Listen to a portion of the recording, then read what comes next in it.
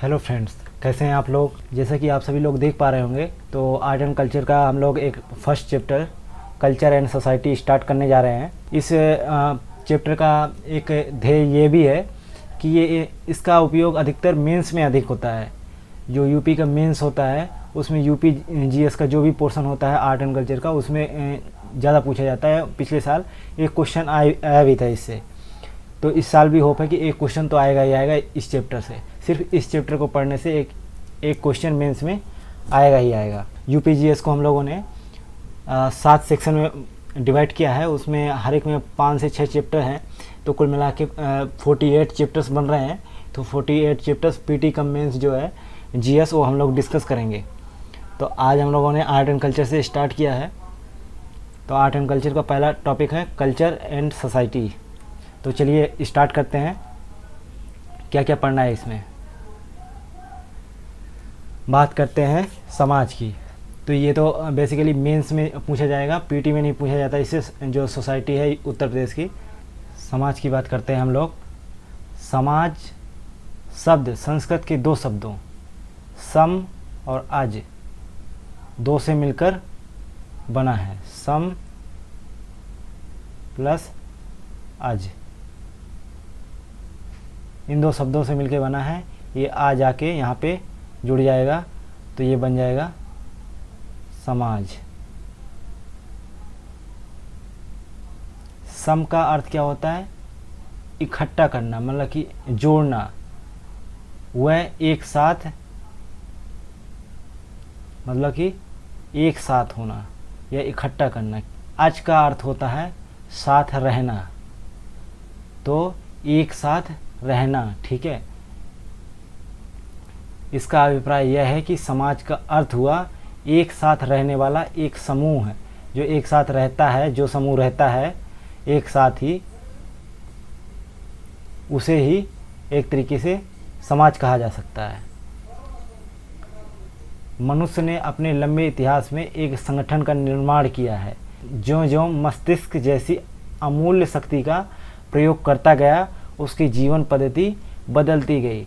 जैसे कि मतलब कि आप एंथ्रोपोलॉजी पढ़ते हैं तो पहले मनुष्य किसी और तरीके से जीवन यापन कर रहा था, लेकिन अब धीरे धीरे जैसे जैसे उसने अपने मस्तिष्क के अनुसार, मतलब अपनी बुद्धिमत्ता का प्रयोग किया है, वैसे वैसे उसने अपनी जीवन पद्धति में बदलाव लाया है।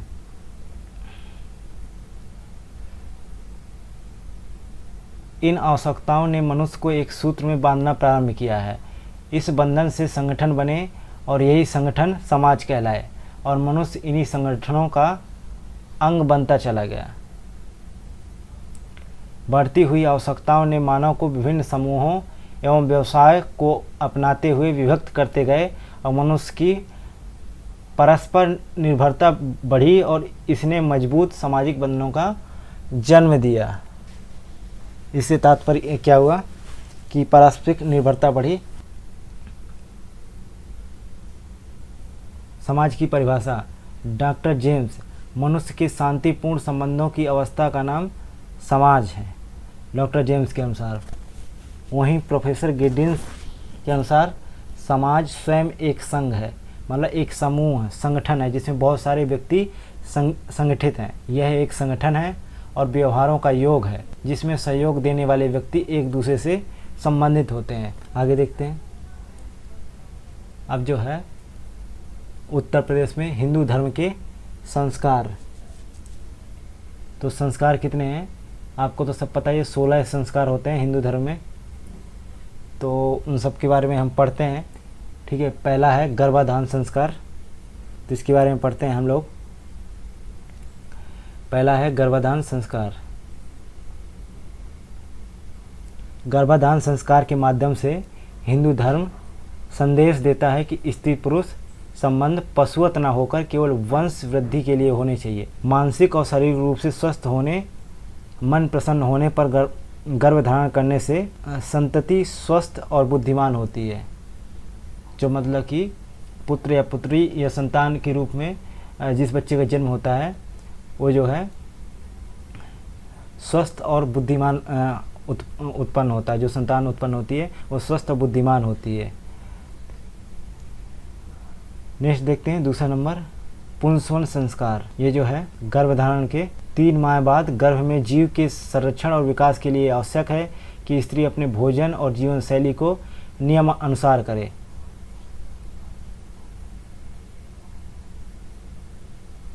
भोजन और जीवन शैली को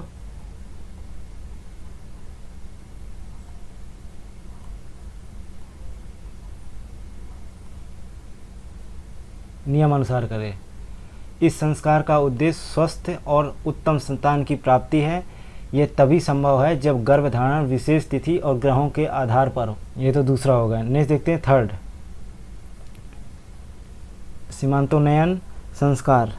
सीमांतोन्नयन संस्कार गर्भधारण करने के बाद 6ठे या 8वें मास में किया जाता है। कौन से? 6th and 8th month.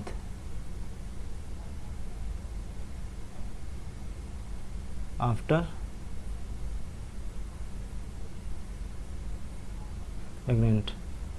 इस मास में गर्भपात होने की सबसे अधिक संभावनाएं होती हैं, या इन्हीं महीनों में प्री मैच्योर डिलीवरी होने की सर्वाधिक संभावना होती है। गर्भवती स्त्री के स्वभाव में परिवर्तन लाने, स्त्री के उठने बैठने चलने सोने आदि की विधि आती है। मेडिकल साइंस भी इन महीनों में स्त्री को विशेष सावधानी रखने की सलाह देता है। भ्रूण के विकास और स्वस्थ बालक के लिए यह आवश्यक है कि गर्भस्थ शिशु और माता की रक्षा करना इस संस्कार का मुख्य उद्देश्य होता है। इस संस्कार का एक मुख्य उद्देश्य ये भी है कि स्त्री का मन प्रसन्न करने के लिए यह संस्कार अति उत्तम है। नेक्स्ट देखते हैं चौथे नंबर का, जात कर्म संस्कार।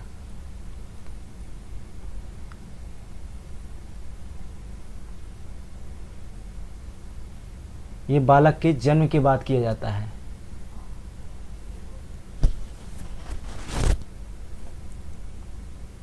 After delivery.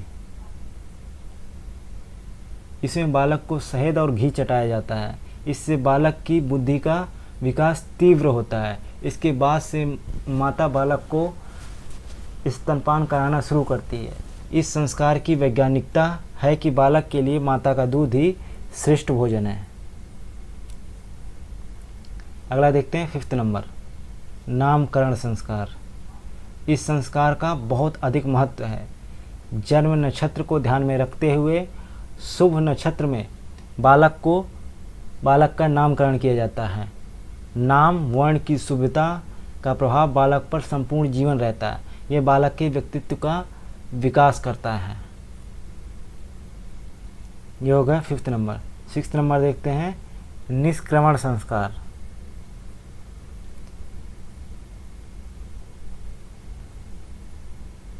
इस संस्कार में बालक को सूर्य चंद्र की ज्योति के दर्शन कराए जाते हैं।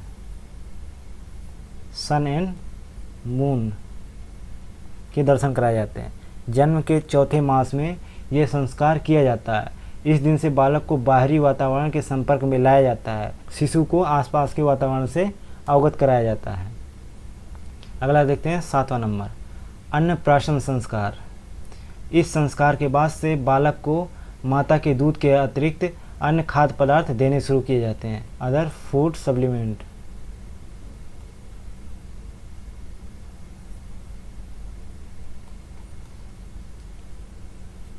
चिकित्सा विज्ञान भी यही कहता है कि एक समय सीमा के बाद बालक का पोषण केवल दूध से नहीं हो सकता, उसे अन्य खाद्य पदार्थ भी देने जरूरी हैं। इस संस्कार का उद्देश्य खाद्य पदार्थों से बालक का शारीरिक और मानसिक विकास करना है। यही इसकी वैज्ञानिकता है। नेक्स्ट देखते हैं 8वां, चूड़ा कर्म संस्कार। इसे मुंडन संस्कार के नाम से भी जाना जाता है। इसके लिए शिशु के जन्म के बाद के पहले, तीसरे और 5वें वर्ष का चयन किया जाता है। 1st, 3rd and 5th year. शारीरिक स्वच्छता और बौद्धिक विकास इस संस्कार का उद्देश्य है।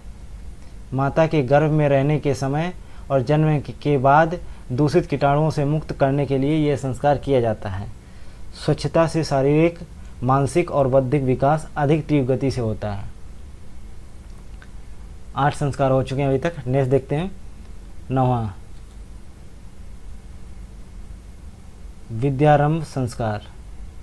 विद्यारंभ संस्कार का अभिप्राय बालक को शिक्षा के प्रारंभिक स्तर से परिचित करवाना है।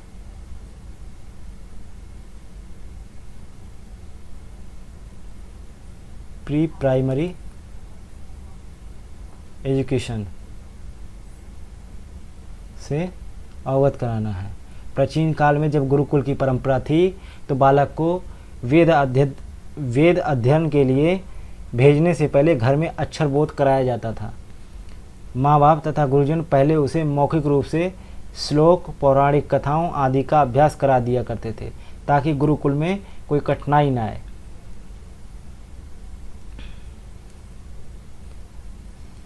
अगला देखते हैं 10वां नंबर कर्णवेद संस्कार। इस संस्कार का आधार बिल्कुल वैज्ञानिक है। बालक की शारीरिक व्याधि से रक्षा करने के लिए इसका मूल उद्देश्य है। प्रकृति प्रदत्त इस बालक की शारीरिक व्याधि से रक्षा ही इसका मूल उद्देश्य है। प्रकृति प्रदत्त इस शरीर के सारे अंग महत्वपूर्ण हैं। कान हमारे श्रवण द्वार हैं।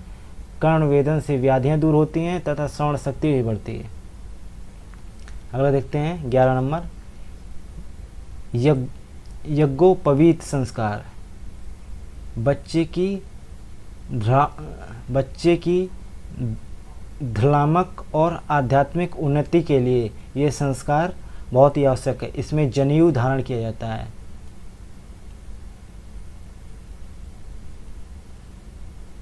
इसमें जनेऊ धारण करवाया जाता है।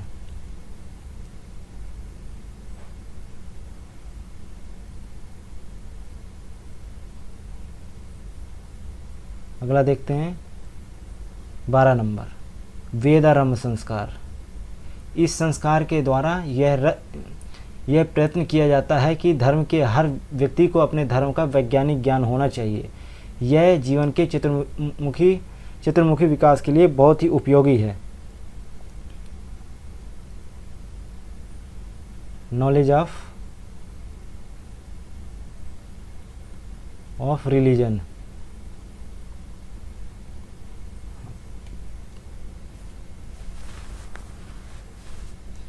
अगला है केशांत संस्कार।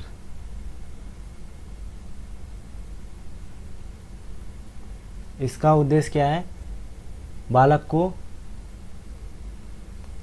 जो शिक्षा क्षेत्र है उससे निकालकर सामाजिक क्षेत्र से जोड़ना होता है। गृहस्थाश्रम में प्रवेश का यह प्रथम चरण है। बालक का आत्मविश्वास बढ़ाने, समाज और कर्म क्षेत्र की परेशानियों से अवगत कराने का कार्य यह संस्कार प्रदान करता है। अगर देखते हैं 14 नंबर समावर्तन संस्कार।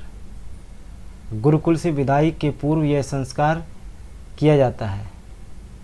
जब शिक्षा प्राप्त कर लेता है बच्चा और उसकी गुरुकुल से विदाई होती है तब यह संस्कार प्रदान किया जाता है। आज गुरुकुल परंपरा समाप्त हो गई है, इसलिए यह संस्कार अब नहीं किया जाता। इस उपाधि से वह सगर्व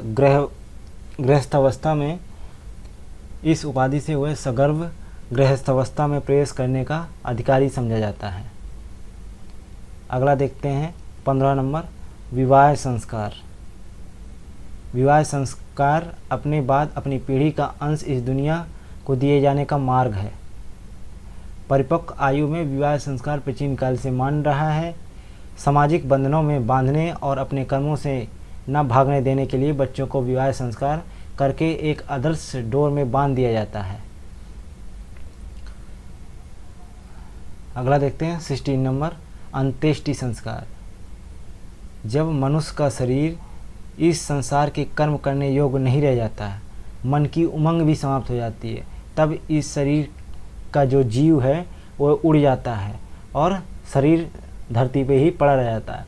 पंचतत्वों से बने इस नश्वर शरीर के दाह संस्कार का विधान, जिससे शरीर के वायरस और बैक्टीरिया समाप्त हो जाते हैं, क्योंकि जैसे ही इस शरीर का जीव निकलता है शरीर पर वायरस और बैक्टीरिया का ज़बरदस्त हमला होता है।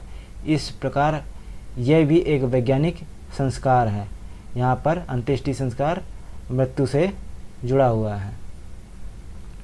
ये तो हिंदू धर्म के संस्कारों की बात हो गई। नेक्स्ट देखते हैं, उत्तर प्रदेश में इस्लाम धर्म के संस्कार। उत्तर प्रदेश में इस्लाम धर्म के संस्कार। पहला है खतना। बात करते हैं खतने की। अब ये क्या है खतना? This is an important ceremony among Muslim which is usually performed as the age of 3 to 10 years. Under this ceremony, the penis of the boy is circumcised. In India, this is not performed for girls. ये खतना के तहत जो Muslim community के बच्चे पैदा होते हैं जिनकी उम्र 3 से 10 साल के बीच में होती है, तो उनको खतना किया जाता है, यानी उनके जो टांग होता है उसको थोड़ा सा हिस्सा काटा जाता है। लेकिन भारत में लड़कियों पे ये अलाउड नहीं है, ठीक है। तो ये पहला संस्कार हो गया। नेक्स्ट देखते हैं दूसरा, छठी and चिल्लाह। Chhathi is performed on the 6th day of child birth. When both mother and child are bathed, chilla is performed on the 40th day of childbirth. When the mother is permitted to read namaz and child is shown the star. जब बच्चे का जन्म होता है तो जो है जब छठा दिन होता है तो छठे दिन बच्चा और जो माता होती है वो दोनों ही साथ ही में उनको स्नान करना होता है छठे दिन, और साथ ही में ये तो छठी हो गया, ठीक है। और जो चिल्लाए का वो है, तो जब बच्चा 40 दिन का हो जाता है जन्म के बाद, ठीक है, तब माता जो है उसे मतलब कि परमिशन दे देती है कि वो अब नमाज पढ़ने का प्रयास कर सकता है, ठीक है। उसको नमाज दे दिया, नमाज पढ़ने के लिए उनका जो किताब है वो उनको दे दिया जाता है। अब बात करते हैं अकीकाह की। अब क्या है अकीकाह, इसकी बात करते हैं। This is performed on the 7th day of child birth. Birth both hair removing and naming ceremony are performed on this day. जब बच्चे का 7वां दिन होता है बर्थ के बाद, ठीक है, तब बच्चे का मुंडन करवाते हैं, यानी बाल बनाते हैं। अपने भी मतलब कि धर्म में होता है, हिंदू धर्म में, कि बच्चे का मुंडन कराते हैं, ऐसे उनके भी होता है कि बाल बनवाए जाते हैं, ठीक है। तो और नामकरण सेरेमनी होती है, अपने यहाँ भी नामकरण संस्कार होते हैं, तो ऐसे वहाँ भी नामकरण होते हैं बच्चे के, तो इसी को अकीका कहते हैं। नेक्स्ट देखते हैं 4th नंबर, बिस्मिल्लाह ऑफ मकतब। क्या है बिस्मिल्लाह ऑफ मकतब? This is similar to Vidyarambh ceremony of the Hindus making beginning of studies of child. Bismillah of मकतब से मतलब है जब वो अपनी, जैसे हिंदू धर्म में होता है कि हम लोग ज्ञान प्राप्त करने के लिए गुरुकुल वगैरह जाते थे, लेकिन आजकल वो चलन में नहीं है। ऐसे वो लोग ही मतलब कि अपना जो भी ज्ञान प्राप्त किया जाता है उनके धर्म में, तो उस दौरान वो ज्ञान प्राप्त करने के लिए जाते हैं, तो उसी को ही बिस्मिल्लाह ऑफ मकतब कहते हैं। अगला देखते हैं निकाह। क्या है निकाह? क्या है? दिस इज़ सिमिलर टू विवाह सेरेमनी ऑफ द हिंदूज। मतलब कि ये एक तरीके से वैसे ही है जैसे हिंदू में हम लोग विवाह संस्कार होता है, वैसे यहाँ निकाह संस्कार होता है, मतलब एक तरह से विवाह करना ही होता है। निकाह literally means union of man and women for producing child. Next देखते हैं 6th नंबर, मृत्यु संस्कार। दिस इज सिमिलर टू अंत्येष्टि सेरेमनी ऑफ हिंदू। जैसे हम लोगों ने लास्ट में 16th नंबर हिंदू सेरेमनी में हिंदू संस्कार में पढ़ा था, ठीक है, अंत्येष्टि संस्कार के बारे में, ठीक है। वैसे ये मृत्यु संस्कार भी है कि एक समय ऐसा आता है कि मनुष्य जो है जो मनुष्य रूपी शरीर में जीव है वो निकल जाता है और शरीर धरती पे ही पड़ा रह जाता है, जिससे जब जीव निकल गया उससे शरीर से, तो जो है जो बैक्टीरिया वगैरह हैं वो शरीर को ख़राब करना शुरू कर देते हैं, जिससे शरीर सड़ना शुरू हो जाता है, ख़राब होना शुरू हो जाता है। तो यही मतलब मृत्यु संस्कार है। फिर उसका मतलब कि मुस्लिमों में जो है दफना दिया जाता है, लेकिन हिंदुओं में हम लोगों के उसमें जलाने का रीति रिवाज, ठीक है। ये तो उत्तर प्रदेश के जो संस्कार हैं वो हो गए। अब जो मोस्ट इम्पोर्टेंट चीज़ है, इसमें पूछा जा सकता है, उतना इम्पोर्टेंट नहीं है, लेकिन मतलब हो सकता है कि संस्कारों के बारे में पूछा जाए, क्योंकि अब जो मतलब कि मेंस है तो काफ़ी स्ट्रॉन्ग तैयारी करनी पड़ेगी मेंस की। बाकी ये जो सारे कुछ हैं ये हमारा बुक है उत्तर प्रदेश जीएस का, इंग्लिश लैंग्वेज में KBC नैनो द्वारा प्रकाशित है। तो आप लोग अगर इंटरेस्टेड हैं तो अगर मेरे थ्रू परचेज करते हैं तो सस्ती मिल जाएगी, आधे रेट पे मिल जाएगी। अगर मार्केट से परचेज करते हैं तो 300 के आसपास मिलेगी ये बुक। तो अगर आप मेंस दे रहे हैं तो बहुत इंपॉर्टेंट है। अगर पीटी दे रहे हैं तो इसमें 48 चैप्टर समथिंग है, और हर एक में कम से कम 50 से 60 क्वेश्चन पीटी है।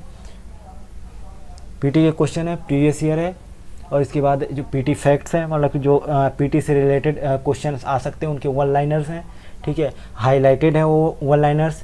उसके बाद जो मेंस इंपॉर्टेंट क्वेश्चंस हैं, ठीक है, कि क्या क्या क्वेश्चन बन सकते हैं इस चैप्टर से, वो भी हैं। एक चैप्टर में 2 से 6 क्वेश्चन समथिंग दे रखे हैं मेंस के लिए, तो आप वो देख के क्वेश्चन रिवीजन भी कर सकते हैं मेंस का। आप इंटरव्यू के पर्पज़ से इशूज़ दे रखे हैं इस बुक में, तो अगर आप इंटरव्यू दे रहे हैं यूपी से रिलेटेड, आपको लगता है कि क्वेश्चन पूछे जा सकते हैं, तो आप इस किताब को लेके जो है इसको स्टडी कर सकते हैं, जिससे मतलब कि आपको इंटरव्यू में अगर कोई यूपी से रिलेटेड क्वेश्चन पूछा जाता है, करंट से रिलेटेड इशूज़, यूपी के अंदर इशूज़ से रिलेटेड, ठीक है, तो आप उसका जवाब दे पाएंगे। तो चलिए आगे बढ़ते हैं। अब हम बात करते हैं इसकी सेकेंड टॉपिक कल्चर रीजन्स की। तो कल्चर जो रीजन है उसकी बात करते हैं। तो कल्चरल रीजन्स इन उत्तर प्रदेश। तो Uttar Pradesh is a melting pot of cultures. Society is basically patriarchal, families are nuclear, joint and extended. Now joint family have become rare. मतलब जॉइंट फैमिली जो है आजकल तो मतलब कि हर जगह का यही है कि मतलब बहुत रेयर है, ठीक है। नेक्स्ट देखते हैं, new generation is highly ambitious and don't want to tangled in the name of ethics and morality of older traditional values. आजकल तो यह है कि जो न्यू जनरेशन है वो मतलब कि हाईली वो जो वैल्यूज़ हैं वो लगभग ख़त्म होती जा रही हैं। तो मतलब कि थोड़ा सा चेंज होता जा रहा है। जैसे मान के चलो कि बच्चे क्या है कि मतलब कि शादी होने के बाद अपना माता पिता से अलग रहने लग जाते हैं। माता पिता जो है ट्रेडिशनल वैल्यूज़ के होते हैं, तो मतलब कि पुराने पहनाव के अनुसार होते हैं, लेकिन बच्चे न्यू जनरेशन के हैं तो मतलब कि वो अपना जीन्स वगैरह, शर्ट वगैरह पहनते हैं, ये सब चीज़ें रहती हैं। तो बेसिकली वही कल्चर रीजन्स है वो बदल गए हैं। हम अर्बन और रूरल दोनों डिस्कस करेंगे इसमें, लेकिन एक खास पॉइंट है, cow slaughter in state is banned, ठीक है। Cow is worshipped as mother not only in Uttar Pradesh but across country. Uttar Pradesh is divided in 5 cultures region. आप समझ गए होंगे इस लाइन का मतलब। जो गाय की जो हत्या है वो बेसिकली उत्तर प्रदेश में बैन है। सिर्फ उत्तर प्रदेश में ही क्या, मतलब कि लगभग ऑल ओवर इंडिया बंद है। कुछ एक स्टेट है जहाँ मतलब कि लोग अब भी मतलब कि बीफ खाने में यकीन रखते हैं, तो मतलब कि यूज करते हैं गाय के मांस को भी, लेकिन पता नहीं चल पाता। लेकिन मतलब कि हमारे रीति रिवाज में यूपी वगैरह में तो गाय बैन है, और वो भी जीव जंतु है तो मारना नहीं चाहिए, ठीक है। तो हम लोगों ने उत्तर प्रदेश की 5 कल्चर्स रीजन है उनको डिस्कस करते हैं। और इसमें जो सेकेंड नंबर का जो कल्चर्स रीजन है बुंदेलखंड, वो पिछली बार मेंस में आया हुआ है टॉपिक, ठीक है। इसका बहुत डीप मेंस टाइप में डिस्क्रिप्शन है बुक में, ठीक है। आप वहाँ जाके पढ़ सकते हैं, या फिर आप अनुरोध करते हैं तो हम लोग उसका PDF आपको प्रोवाइड करवा देंगे, ठीक है, पढ़ने के लिए। अगर मेंस की पर्पज़ चाहिए, अगर PT की पर्पज़ से देख रहे हैं तो PT के लिए तो बेसिकली मैं कवर ही करूँगा, लेकिन मेंस से नहीं उतना पढ़ाया जा सकता, मतलब कि बोर्ड वगैरह में, क्योंकि बहुत टाइम चाहिए होता है, हैबिचुअल वीडियो बनता है, तो उस कारण से नहीं होता है। लेकिन उसके लिए बुक ही पढ़ना पड़ता है अगर मेंस की प्रिपरेशन कर रहे हैं। मेंस की प्रिपरेशन के लिए बोर्ड में नहीं पढ़ाया जा सकता, वो बोल के या तो लिखाया जा सकता है, या आपको मतलब कि एक क्या है कि आपको फॉर्मेट बनाना पड़ता है बुक पढ़ के ही, तो आप तभी मेंस लिख पाते हैं। हम तो यह है कि आप आइडियोलॉजी ले सकते हैं कि किस प्रकार से लिखना है, ठीक है। तो आइडियोलॉजी ले लीजिए कि मतलब कि जो डायग्राम ऐसे कुछ बना के लिखना है, जैसे मतलब कि आपको ब्रज रीजन का पूछता है। फर्स्ट नंबर क्या है, Braj region. First culture region in Uttar Pradesh कौन सा है, ब्रज रीजन। तो बात करते हैं ब्रज रीजन्स के डिस्ट्रिक्ट की, तो इसको कनेक्ट करवाते हैं डिस्ट्रिक्ट से। तो कौन कौन सी डिस्ट्रिक्ट है ब्रज रीजन में, एक तो है मथुरा, आगरा, एक क्या है अलीगढ़। ये 3 डिस्ट्रिक्ट इसमें आते हैं, ठीक है, ब्रज रीजन में। ठीक है, अब बात करते हैं इसकी सोसाइटी एंड कास्ट सिस्टम की। तो कास्ट सिस्टम इसमें मानते हैं, तो कास्ट सिस्टम इसमें फॉलो किया जाता है। ठीक है, और जो सोसाइटी है वो पैट्रियार्कल है, मतलब पितृसत्तात्मक है। और जो इसमें घर का बड़ा मेल सदस्य होता है वही उस घर का मुखिया होता है।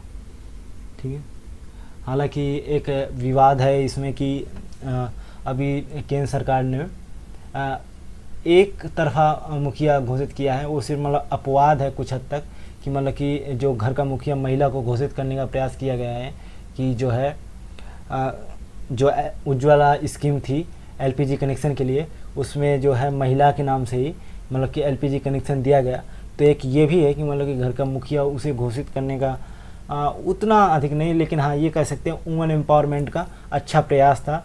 लेकिन मतलब कि अभी तक ये बदलाव नहीं हुआ कि मतलब कि फीमेल घर की गार्जियन हो सकती है, लेकिन मतलब लॉ मानता है कि हो सकती है, लेकिन मतलब सोसाइटी ये नहीं मानता है, क्योंकि सोसाइटी अभी भी मतलब कि काफ़ी हद तक ट्रेडिशनल है। और जो ओल्डर मेल होता है, घर का बड़ा सदस्य मेल, उसी को ही घर का मुखिया मानते हैं।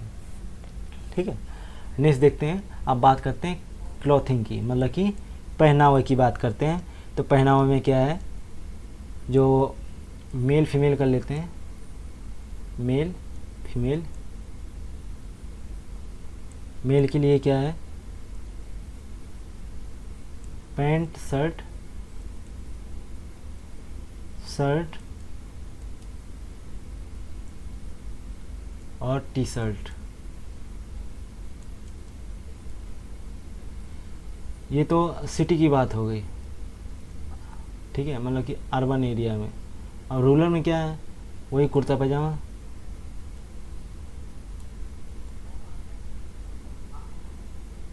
ठीक है, अब फीमेल में भी देख लें तो जो अर्बन में है और जो रूरल में है।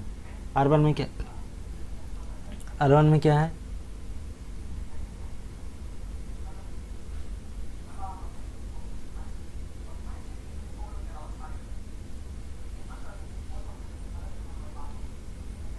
वही स्कर्ट वगैरह, स्कर्ट घाघरा वगैरह। लेकिन रूरल में क्या है, साड़ी वगैरह और सलवार कमीज, सलवार कमीज वगैरह पहना जाता है। ये तो हो गई पहनावा की बात। नेक्स्ट देखते हैं आगे, बात करते हैं ऑक्यूपेशन की।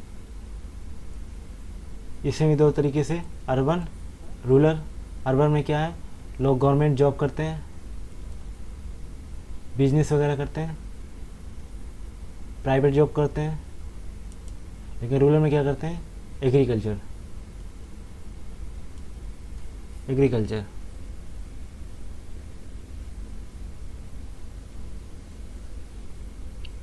ठीक है, नेक्स्ट देखते हैं इंटरटेनमेंट में क्या है, फोक सॉन्ग वगैरह। फोक सॉन्ग कौन से, जैसे झूला, झूला झूला जाता है, होरी, फाग, होरी खेली जाती है, फाग, फाग गाए जाते हैं, और रसिया। ठीक है, on marriage ceremonies people sing folk song and beat dholak. हाँ वही है कि मतलब कि जब मैरिज सेरेमनी होती है तब मतलब कि जो लोग हैं वो फोक सॉन्ग गाते हैं और ढोलक पीटते हैं, मतलब कि ढोलक बजाते हैं। और जो रिलीजियस बिलीफ क्या है ये भी देखते हैं। कम्युनिटी तो हिंदुज़म एंड मुस्लिम है, हिंदुज़म एंड मुस्लिम है, बहुसंख्यक। थोड़े बहुत तो और भी कम्युनिटी रहती है, लेकिन मतलब कि जो बहुत ज़्यादा रहते हैं वो यही है कि हिंदुज़म एंड मुस्लिम है। ठीक है, तो जो है इसमें क्या माना जाता है, कृष्ण जन्माष्टमी, कृष्ण जन्माष्टमी मनाई जाती है, होली, दिवाली, ईद उल फितर, ईद उल फितर। अब बात करते हैं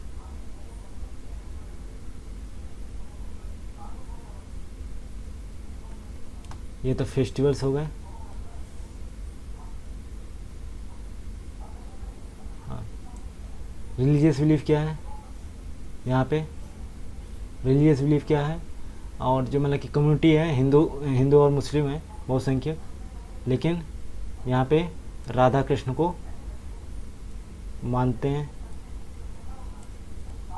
कृष्ण को मानते हैं, जो रिलीजियस बिलीफ है। फेयर एंड फेस्टिवल में क्या है, कृष्ण जन्माष्टमी, होली, दिवाली, ईद उल फितर, ये फेयर एंड फेस्टिवल मनाए जाते हैं यहाँ पे ब्रज रीजन्स में।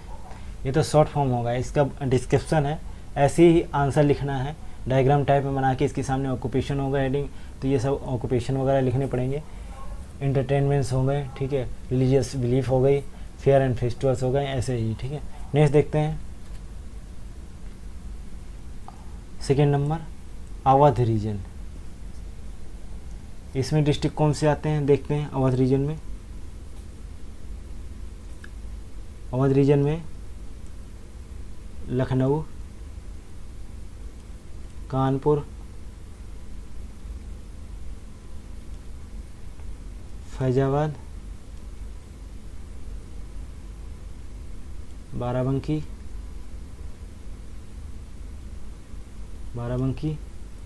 और रायबरेली।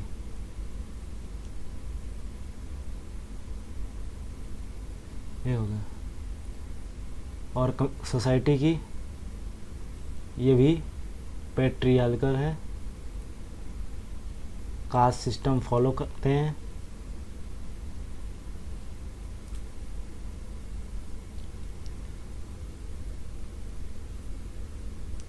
और ऑक्यूपेशन की बात करें, पहले क्लॉथिंग की बात कर लेते हैं, पहनावे की। तो मैन वुमेन के लिए साड़ी, सलवार कमीज,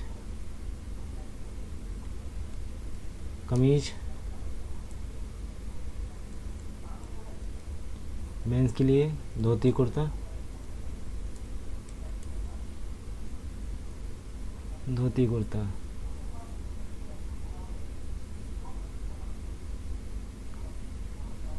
अब बात करते हैं ऑक्यूपेशन की। मुख्य ऑक्यूपेशन क्या है, एग्रीकल्चर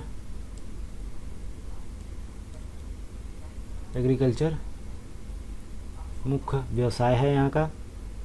लेकिन लखनऊ और लखनऊ में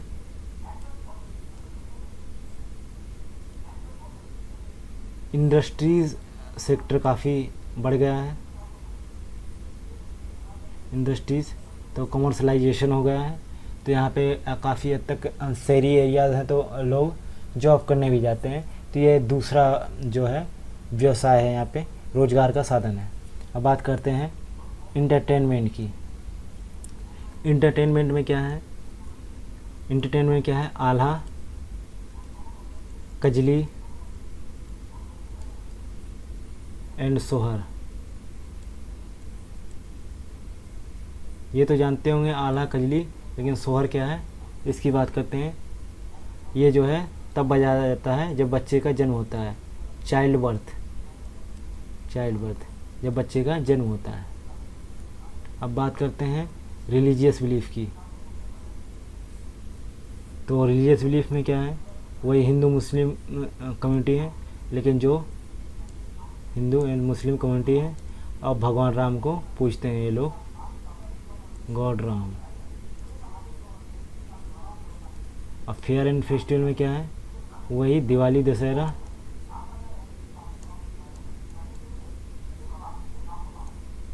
दिवाली दशहरा मनाते हैं ये लोग। रामनवमी भी मनाते हैं,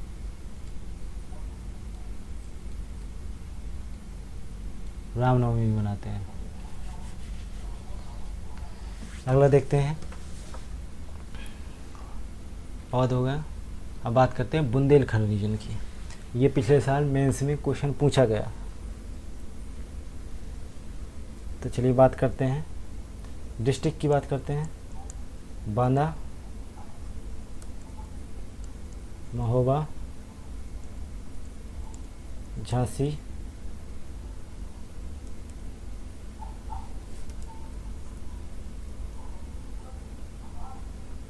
लास्ट ट्रेन ललितपुर। ये है, ये सोसाइटी भी पैट्रियार्कल है और कास्ट सिस्टम फॉलो किए जाते हैं, बहुत तगड़े फॉलो किए जाते हैं। ठीक है, एक ख़ास चीज़ है सोसाइटी में यहाँ की, वो क्या है, सूखे की प्रॉब्लम काफ़ी है, माइग्रेशन बहुत है,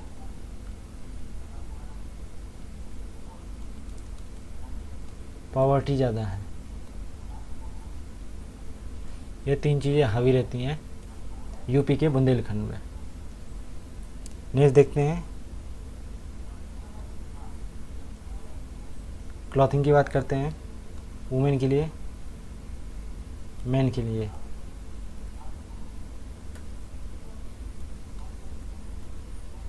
घाघरा, सलवार, कुर्ता, कुर्ता ये पहना हुआ है वुमेन का। साथ में साड़ी भी लिख लीजिए। लेकिन मेन के लिए क्या है, वही धोती कुर्ता ज़्यादा कॉमन है, धोती कुर्ता ज़्यादा फेमस है। अब बात करते हैं यहाँ के ऑक्यूपेशन की, मुख्य व्यवसाय क्या है। मुख्य व्यवसाय क्या है, एग्रीकल्चर, एग्रीकल्चर, एग्रीकल्चर।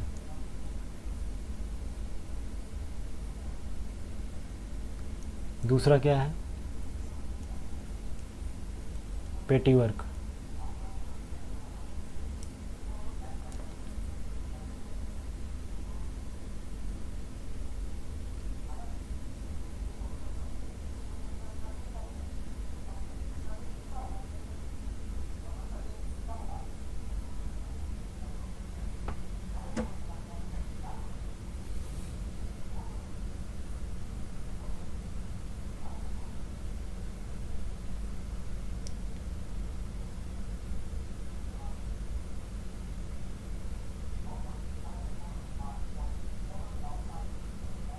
पेटी वर्क,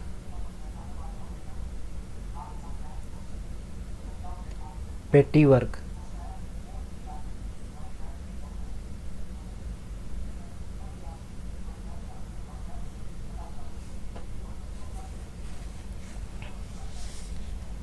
और दूसरा यहाँ का मुख्य कार्य है पेटी वर्क। जैसे कि पेटी वर्क से मतलब छोटा काम धंधे वगैरह हो गए, तो जो है वहाँ जैसे मिट्टी के बर्तन वगैरह बनाना या अदर सोर्स के बर्तन बनाना, ठीक है, अदर चीज़ों के बर्तन बनाना, ये कारीगरी का काम करना, ये दूसरा व्यवसाय है वहाँ का बुंदेलखंड का। ठीक है, नेक्स्ट देखते हैं, इंटरटेनमेंट की बात करते हैं। इंटरटेनमेंट में क्या है, यहाँ पे क्या है, लैंग्वेज की बात करें तो लैंग्वेज जो है बुंदेली बोली जाती है, बुंदेली बोली जाती है यहाँ पे। और जो फोक सॉन्ग है, आल्हा, पमारा,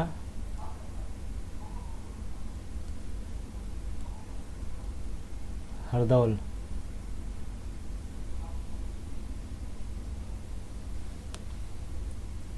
ठीक है, और जो दूसरा है इसमें, यहाँ का कुछ नृत्य फेमस है, घोड़ा नृत्य फेमस है,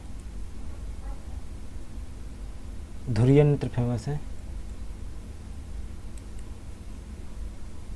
ख्याल फेमस है, राई फेमस है यहाँ पे, और दीप नृत्य फेमस है। ये सब यहाँ के इंटरटेनमेंट के संसाधन हैं। अगला देखते हैं रिलीजियस बिलीफ क्या है यहाँ की। यहाँ का रिलीजियस बिलीफ क्या है, और कम्युनिटी जो है हिंदू मुस्लिम ही है मैक्सिमम लेवल पे। यहाँ पे जो है हनुमान और भगवान राम को ज़्यादा मानते हैं लोग। रिलीजियस बिलीफ ये है। फेयर एंड फेस्टिवल में वही दिवाली दशहरा,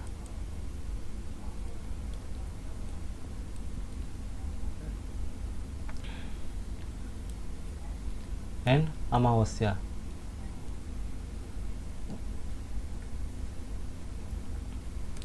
ये 3 फेस्टिवल हैं जो मनाए जाते हैं। नेक्स्ट देखते हैं 4th number Rohilkhand region. Rohilkhand region कौन कौन सा है, डिस्ट्रिक्ट देख लेते हैं। बात करते हैं डिस्ट्रिक्ट की। डिस्ट्रिक्ट में क्या है, बदायूं आपने नाम सुना ही होगा, बरेली के पास पड़ता है। बरेली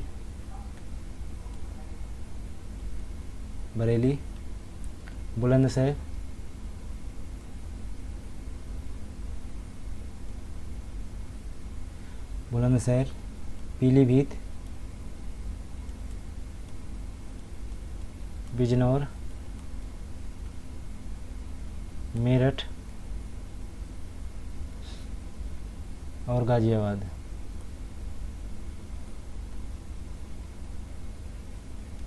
ये बात हो गई। सोसाइटी पैट्रियार्कल है, फॉलो करती है कास्ट सिस्टम।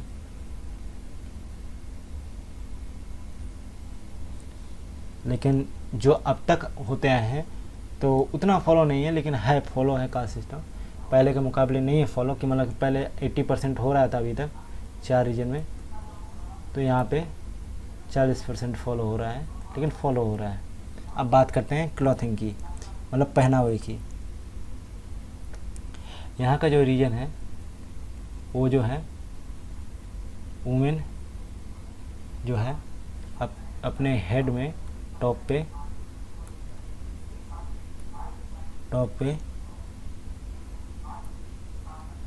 क्या है, दुपट्टा डालती है,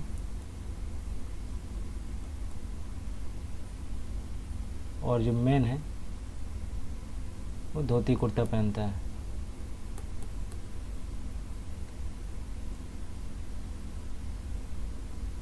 और पैजामा पहनता है।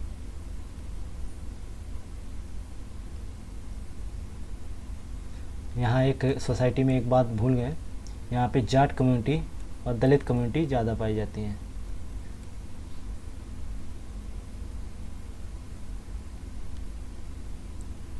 और इस सोसाइटी में जो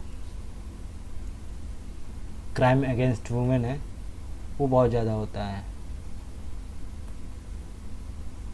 क्राइम अगेंस्ट वुमेन वो ज़्यादा होता है यहाँ की सोसाइटीज़ वगैरह में। अब बात करते हैं ऑक्यूपेशन की। एग्रीकल्चर मुख्य व्यवसाय है। एग्रीकल्चर मुख्य व्यवसाय है, लेकिन एक और है डेयरी फार्मिंग दूसरा मुख्य व्यवसाय है। बात करते हैं इंटरटेनमेंट की। इंटरटेनमेंट में क्या है,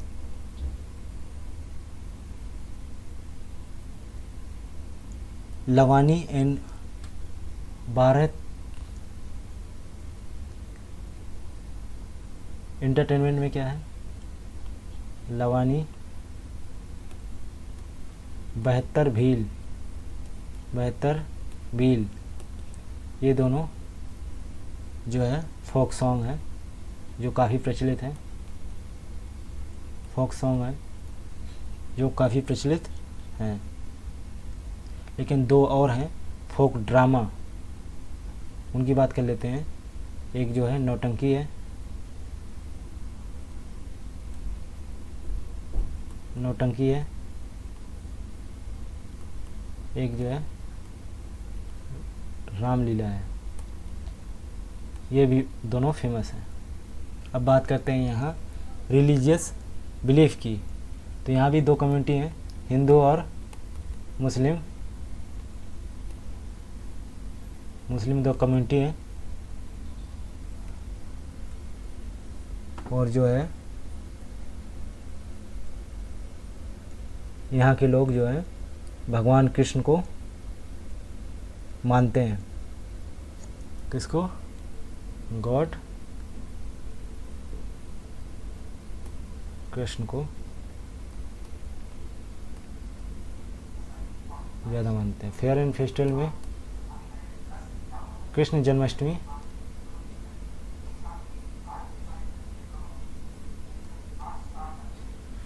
मनाई जाती है। अगला देखते हैं लास्ट, भोजपुरी रीजन। भोजपुरी की बात करें तो इसमें डिस्ट्रिक्ट आते हैं प्रयागराज,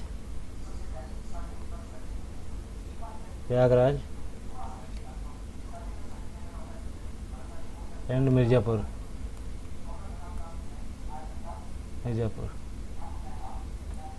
अब बात करें सोसाइटी की,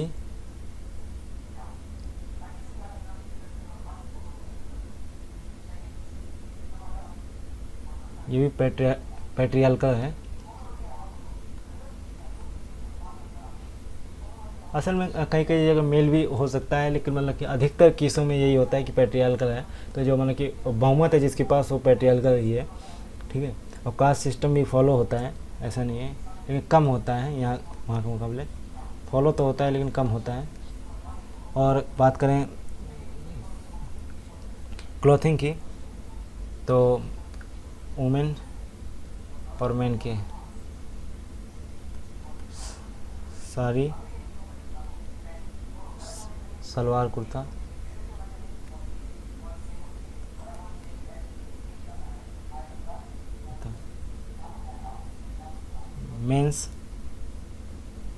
मेंस के लिए कुर्ता पैजामा,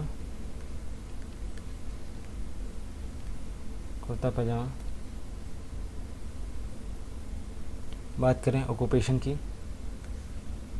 एग्रीकल्चर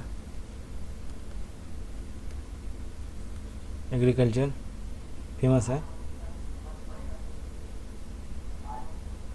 और एंटरटेनमेंट की बात करें तो फोक सॉन्ग ज़्यादा फेमस है, कजली, बिरहा,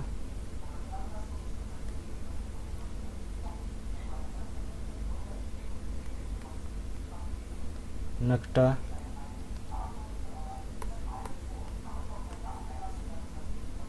कव्वाली, ये फेमस है। लेकिन एक डांस है नटवारी, वो जो है अहिर कम्युनिटी के बीच में ज़्यादा फेमस है, अहिर कम्युनिटी के बीच में।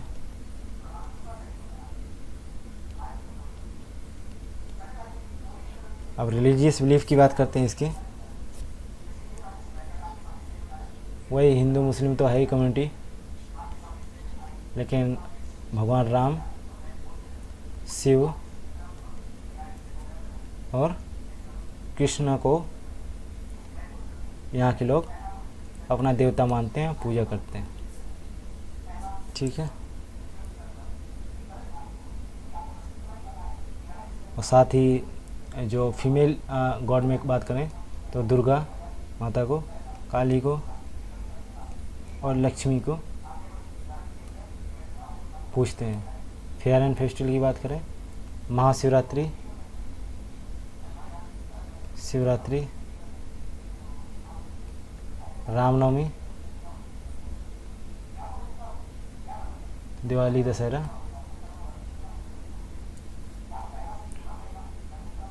ये सब मनाए जाते हैं यहाँ पे।